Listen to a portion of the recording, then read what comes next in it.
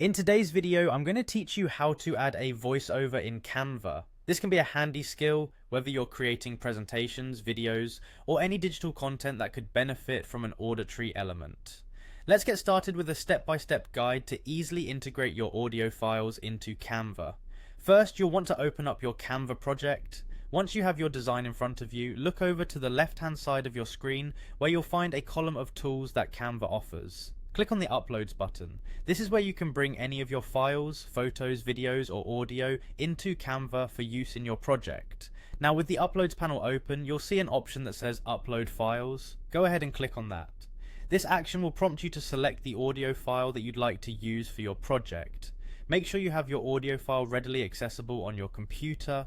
Navigate through your folders, select the desired file, and click to upload it.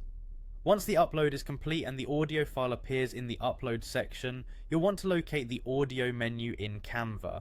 Click on it to reveal any audio files you've uploaded or tracks available from Canva's own library. If you're planning to use something you already uploaded, it should appear here. After you've identified the audio file you intend to use, simply drag and drop this file onto your Canva design workspace. As you do this, Canva will automatically sync the audio with your project timeline. You can easily adjust where the audio starts to play by clicking and dragging the timeline to the desired starting point.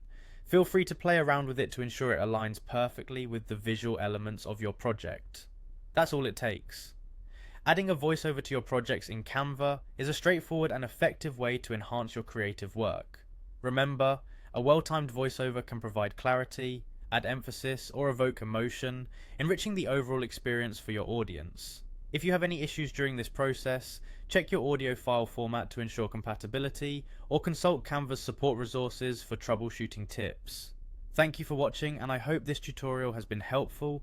Don't forget to like and subscribe for more tips and tutorials. Happy designing and enjoy creating with Canva.